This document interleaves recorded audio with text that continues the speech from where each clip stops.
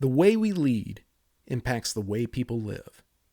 This world needs truly human leadership.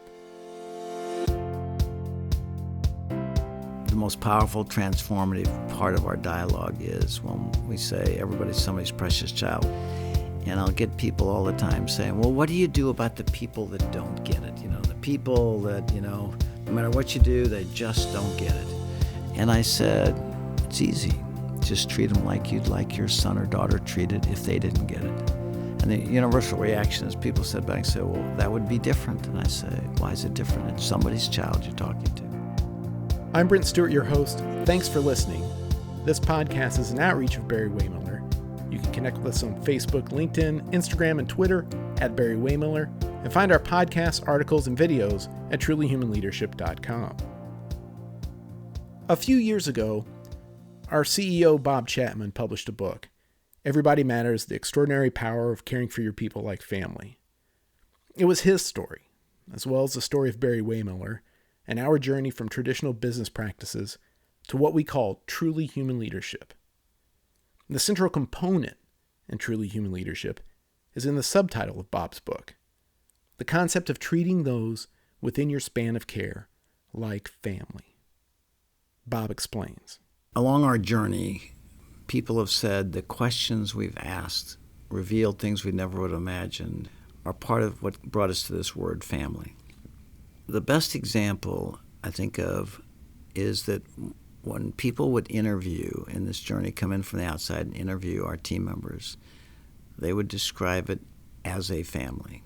The most recent example, but it reflects a lot of other people, was General Flynn, who wrote the foreword to Simon Sinek's book. He was involved in military leadership. And Simon came in to give a talk at the Meg Scale in Akron, and General Flynn came in with him to experience our culture. I sat down with General Flynn after he'd interviewed 20 or 30 people in Akron during the course of the day, and he said, what strikes me, Bob, is people described it as a family. He said they didn't describe it like a family. He said they described it as a family, which really caught General Flynn off guard. So we sat down to talk about what does that mean?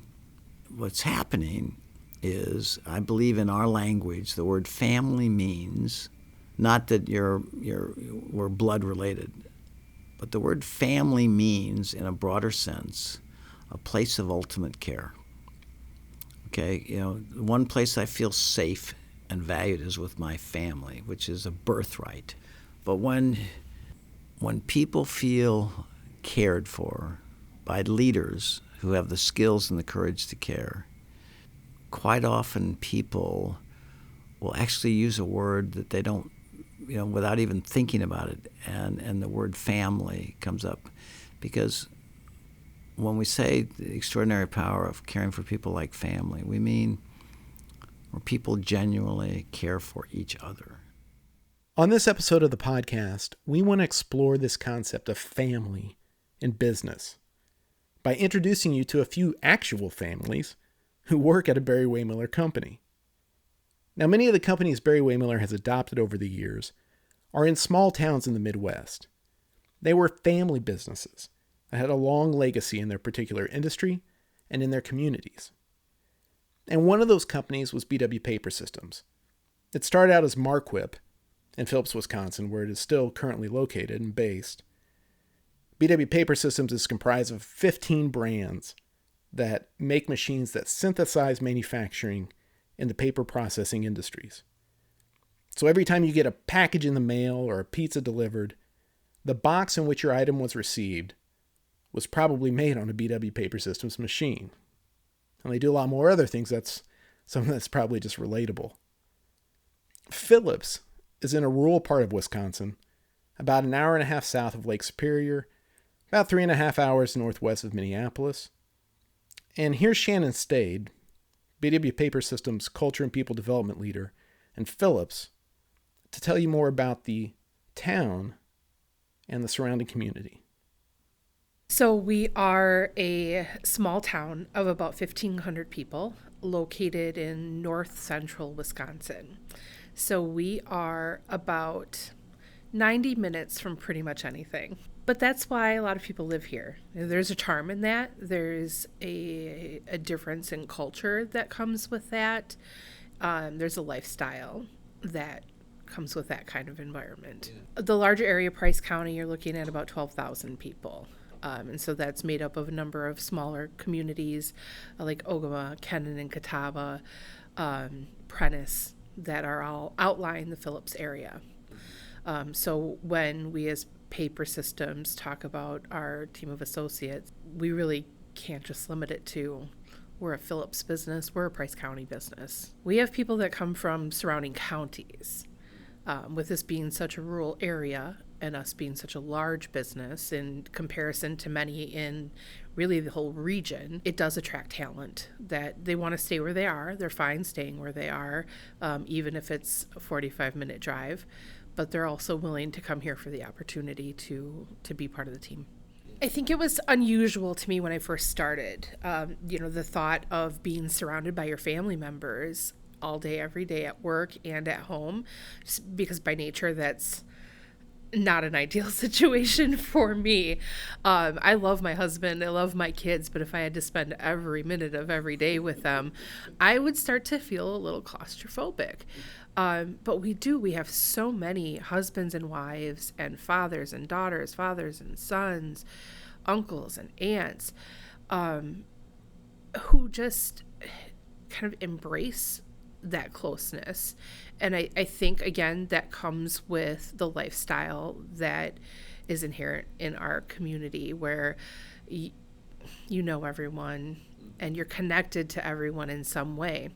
I left Phillips. I left Price County for a while after high school because I wanted to experience something different. I wanted to experience a different lifestyle.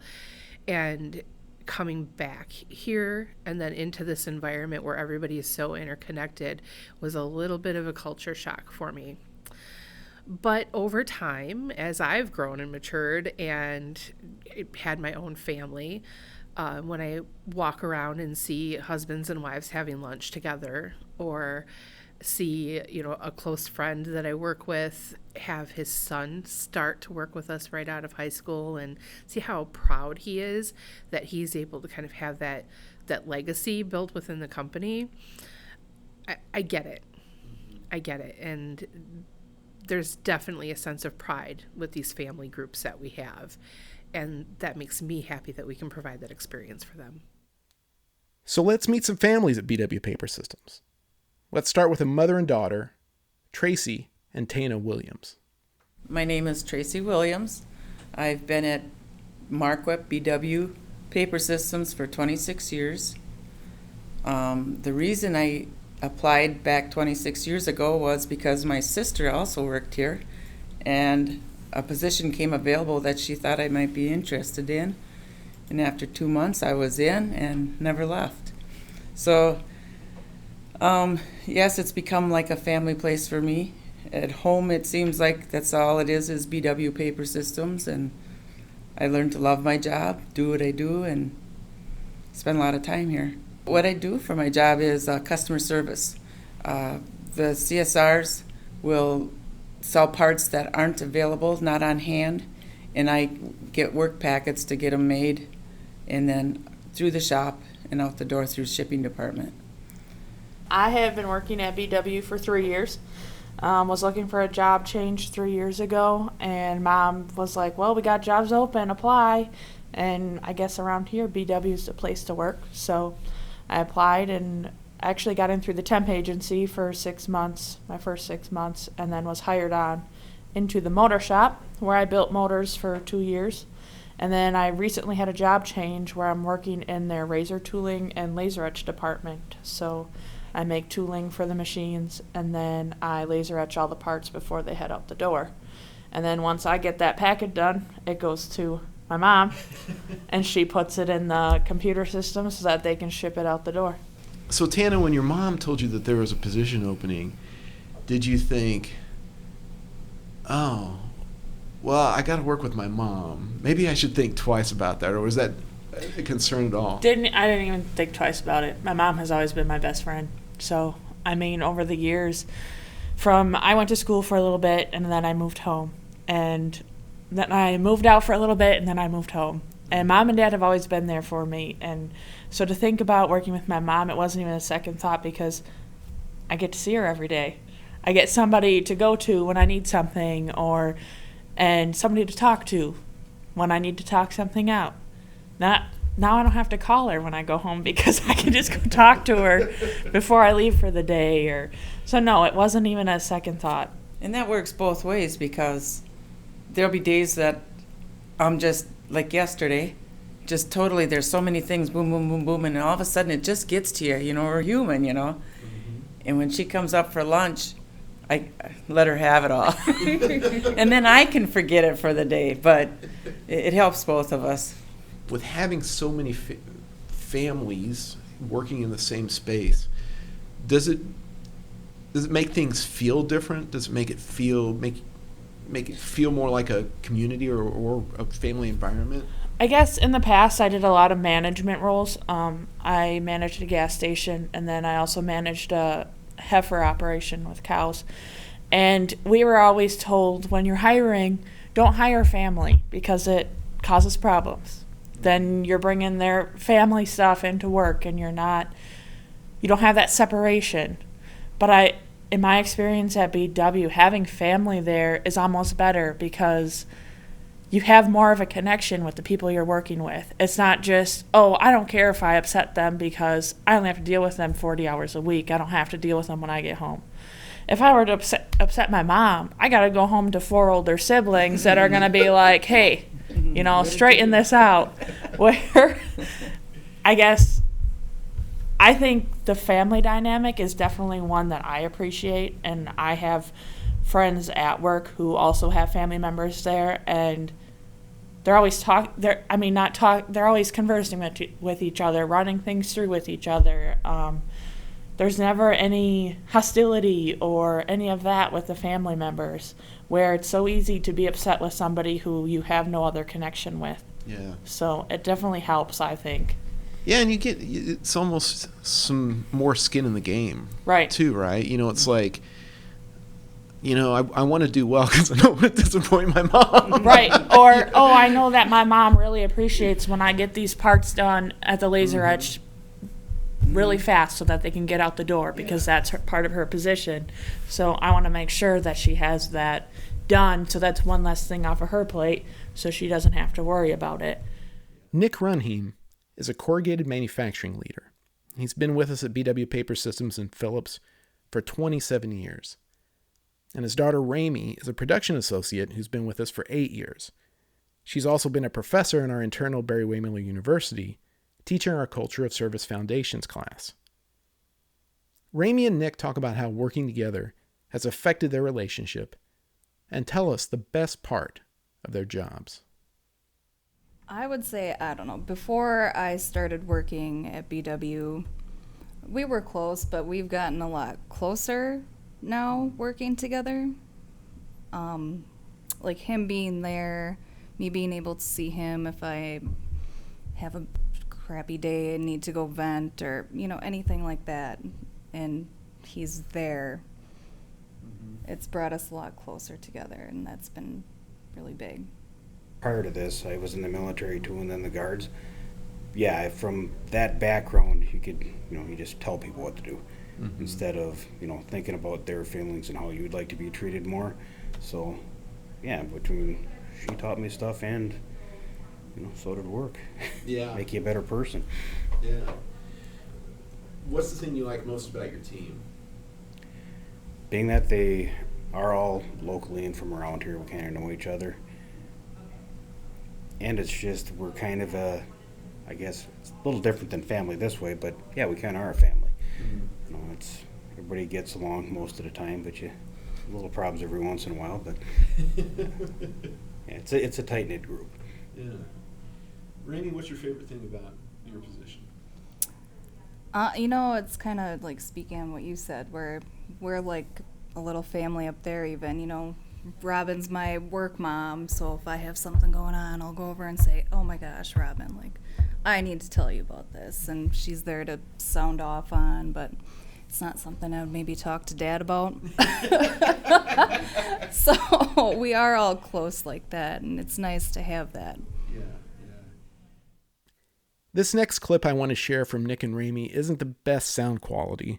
We had some technical difficulties, my fault, during our conversation, but I wanted to include it because it follows a similar thread that you heard from Tracy and Tana. The idea of doing the best in your position to help out others on your team. And following this clip from Nick and Ramey, you'll hear more from Bob Chapman on the idea of working together as a team for the team. A past leader I had once said, you should do everything you can to make this company succeed, because these are the next jobs coming up for kids, your grandkids, your friends. So, as a, the leader said, there shouldn't be even people working there.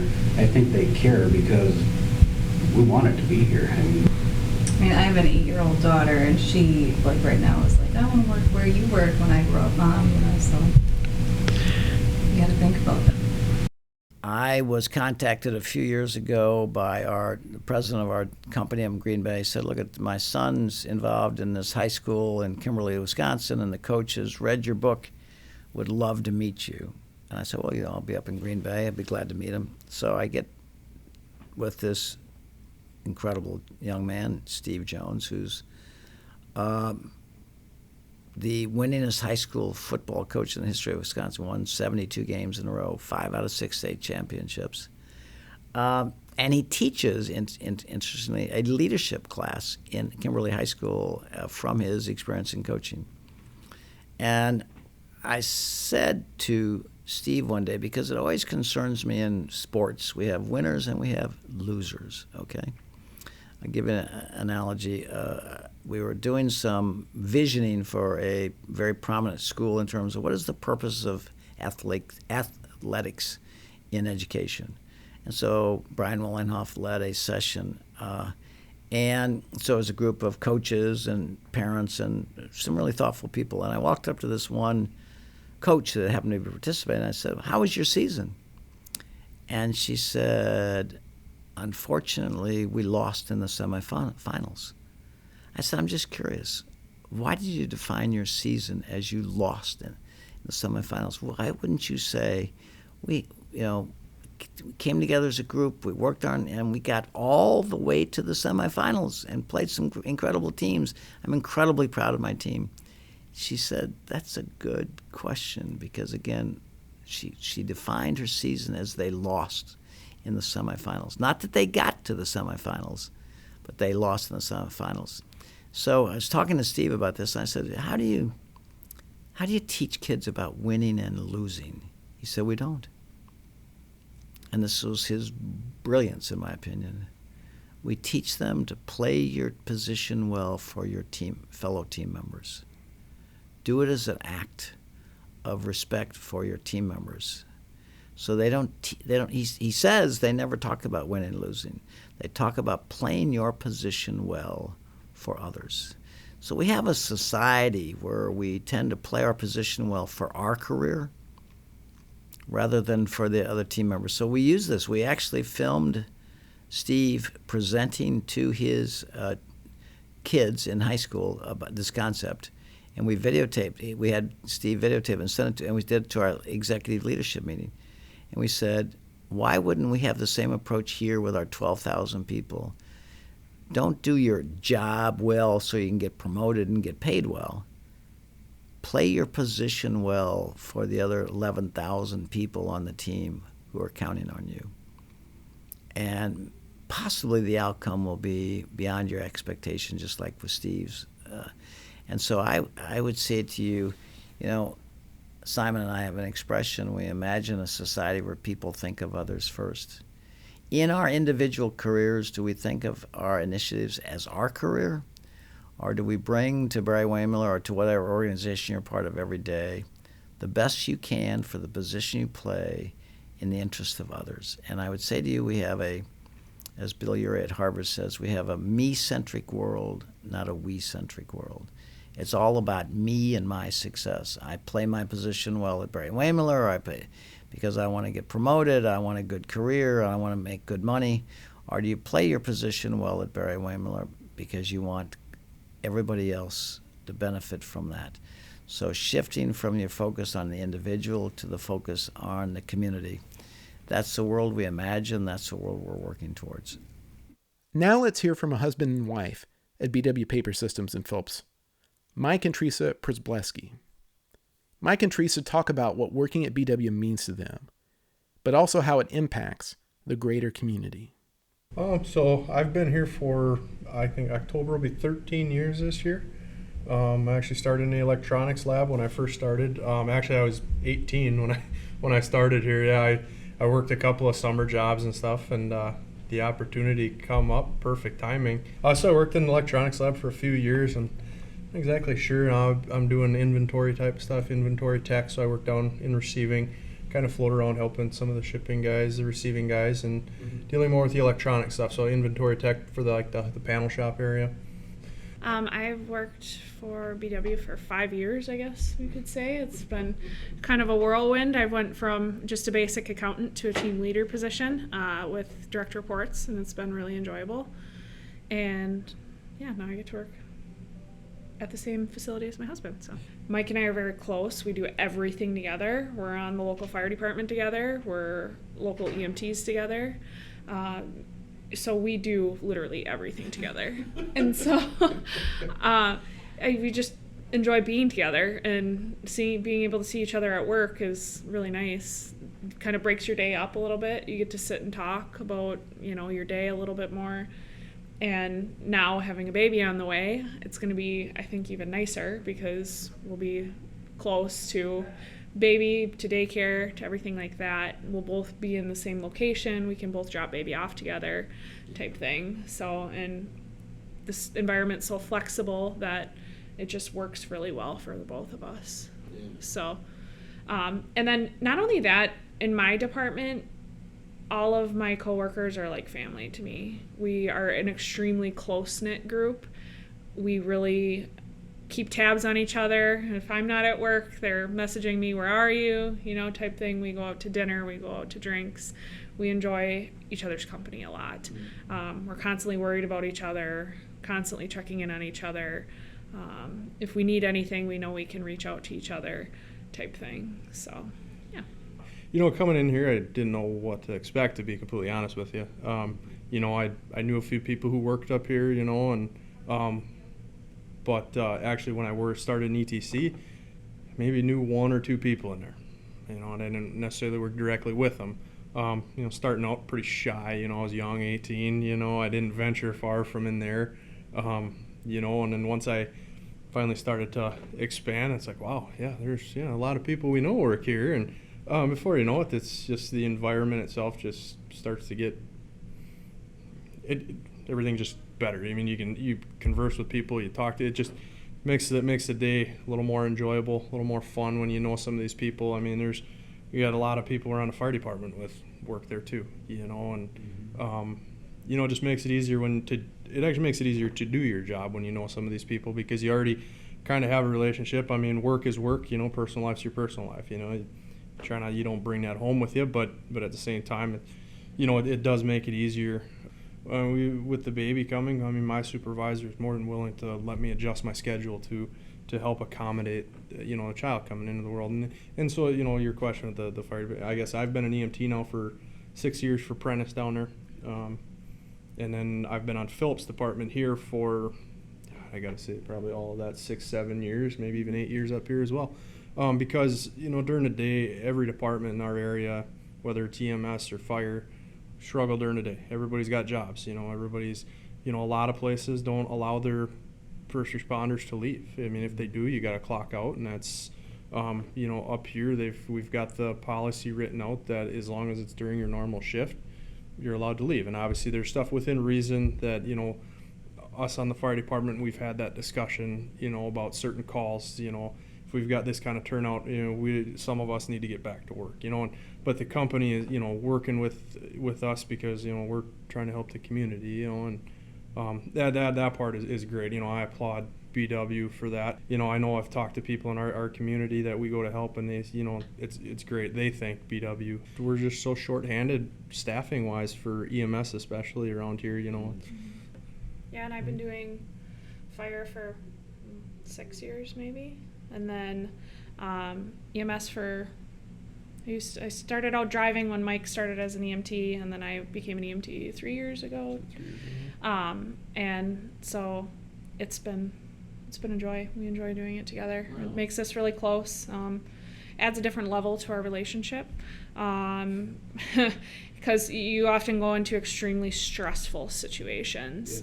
Yeah. And we work as a well-oiled machine. We know the job that needs to get done. We get the job done, and then after the fact, we kind of decompress. And that's something good that we have learned about communicating, is decompressing after the situation. And so, yeah, it's been something that has been a real, I don't know the best word for it, eye-opener for me in the community as how BW is so in tune with the community, because we don't have to choose between our paycheck and helping the community in the morning. Mm-hmm. We don't, at night or in the afternoon, we don't have to choose between our paycheck and helping the community. And that's something that's very hard for first responders in this area to do. You have to choose between putting food on the table for your family or helping somebody who's in the possible, maybe having the worst day of their life. And we don't have to choose between that. And that's something to us that's very near and dear to our hearts. As you've listened to these BW Papersystems team members talk about their experience in our company, you've heard many different definitions of what family and business can mean. And let's hear a little more from Bob Chapman to kind of flesh it all out. The most powerful, transformative part of our dialogue is when we say everybody's somebody's precious child. And I'll get people all the time saying, well, what do you do about the people that don't get it? You know, the people that, you know, no matter what you do, they just don't get it. And I said, it's easy. Just treat them like you'd like your son or daughter treated if they didn't get it. And the universal reaction is people sit back and say, well, that would be different. And I say, why is it different? It's somebody's child you're talking to. So I would say to you, when we use the word family, some people, no matter what word you use, somebody will take it to the wrong spot. Somebody says, well, does that mean you're acting like parents and you're acting superior? I said, well, why would you go there? Why do you go there? Why don't you look at the word family meaning the place of ultimate care? Unconditional love is what a family is, right? You don't love your kids because they're beautiful or smart or good. You love them because they're your children, right? Unconditional love, okay? I didn't understand unconditional love in our faith until I had kids. And when you see a child born of a marriage and you see that child who is of you, that's unconditional love, okay? So I would say to you that whether you describe them as family, but when you see people not as a function, and I'll tell you a quick story that I think captures that. We were invited to speak at a university in Amsterdam.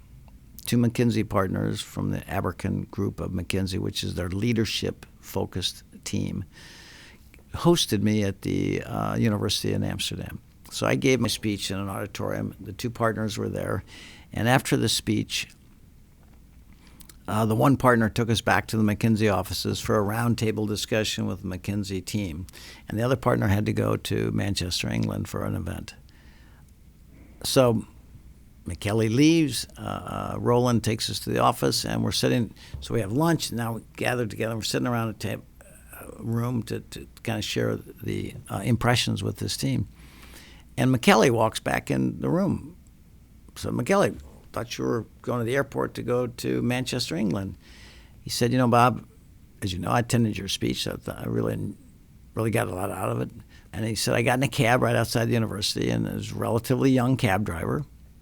So I get in the cab and said I need to get to the airport to catch my flight. And the young cab driver obviously did not know, if you will, traffic patterns in Amsterdam at that time of day, and he got us stuck in a couple of traffic jams, and I was going to miss my flight. Irritated with this incompetent cab driver, I said, just take me back to the office. So he said, as I was driving up to the office outside here, I was reflecting on your talk. And he said, all of a sudden I realize that's not a cab driver. That's somebody's son I'm talking to. And he said it changed completely the way I talked to this young man, because I talked to him like he was my son, not a cab driver. So he talked to him like family, if you will, like his son. So I think in the highest level of thinking of that word, when we treat others as we would like our son and daughter treated, or our mother and father treated in a family, that's the world we imagine. So when we use Everybody Matters, the extraordinary power of caring for people like family, we don't mean parental controls. We mean unconditional love, that we look for the goodness in others. We treat them with respect and dignity. We don't treat them as a function. We treat them as somebody's precious child that's been placed in our care, whether it's a cab driver or the person you at checkout or somebody that irritated you. So many times I just say to people, just treat them like you'd like your son or daughter treated. And they'd say, well, that would be different. And I said, why is it different? That's somebody's son or daughter you're treating. So the world we imagine is one where we see people not as, I'm going to take care of my family, but I'm going to treat others as functions. That is the world we have today, but that's not the world we imagine. We imagine a world where we see everybody as somebody's precious child, and the words we say, the way we treat them is going to impact them. So I think that's where the word family, it means the place of ultimate care. So you may say to yourself, as you've heard from our team members in Phillips, these people are in a small rural town. Of course they know each other. Of course they can treat each other like family. They've probably known each other for generations. They know everybody's family members. This doesn't relate to me or my work situation. But the thing is, what exists at BW Papersystems in Phillips exists in a lot of our locations around the world. And what it comes down to is, can you treat the person next to you as someone's son or daughter, someone's precious child? Can you contribute to the creation of a place of care in your workplace? And if so, amazing things can happen. If you want to learn more about BW Papersystems, you can go to their website, bwpapersystems.com. And don't forget to find us and connect on Facebook, LinkedIn, Instagram, and Twitter at Barry-Wehmiller. Or you can find more podcasts, articles, and videos at trulyhumanleadership.com. I'm Brent Stewart. Thanks for listening.